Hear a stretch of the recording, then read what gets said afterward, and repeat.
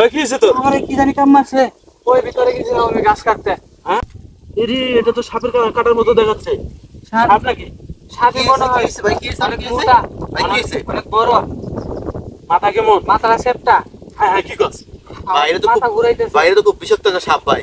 এটা তো বাংলাদেশে একটা সাপের রাসেল ভাই ভাইপার কিছু ভাই। করেন আমার। মানে হাসপাতাল লয়ে যান, হাসপাতাল লয়ে যান। চল চল চল চল চল চল। হাসপাতাল লয়ে যান। কান্দে না।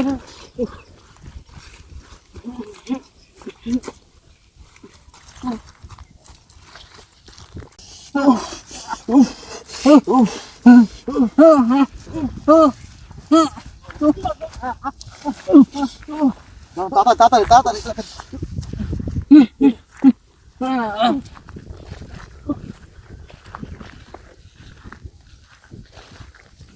দেন ভাই, দাঁড়ান দাঁড়ান দাঁড়ান। ও ভাই তো চলতেছে না, শেষ হয়ে গেছে মনে হয় ভাই, দেখেন কিছু। শেষ। এই কি কস? ভাই ও তো শেষ। হ্যাঁ। আকু, আর এই বাসায় ফোন দেন, বাসায় ফোন দেন, এ বাসায় ফোন নাই দেন, তো।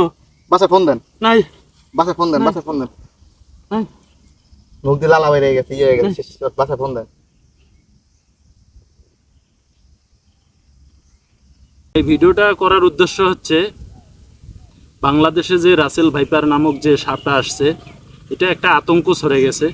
তা যেহেতু এটা একটা সাপ আসছে দেশের মধ্যে, আর এই সাপ যদি কারো দংশন করে, তা আপনারা কোনোভাবেই কোনো জায়গায় দেরি করবেন না।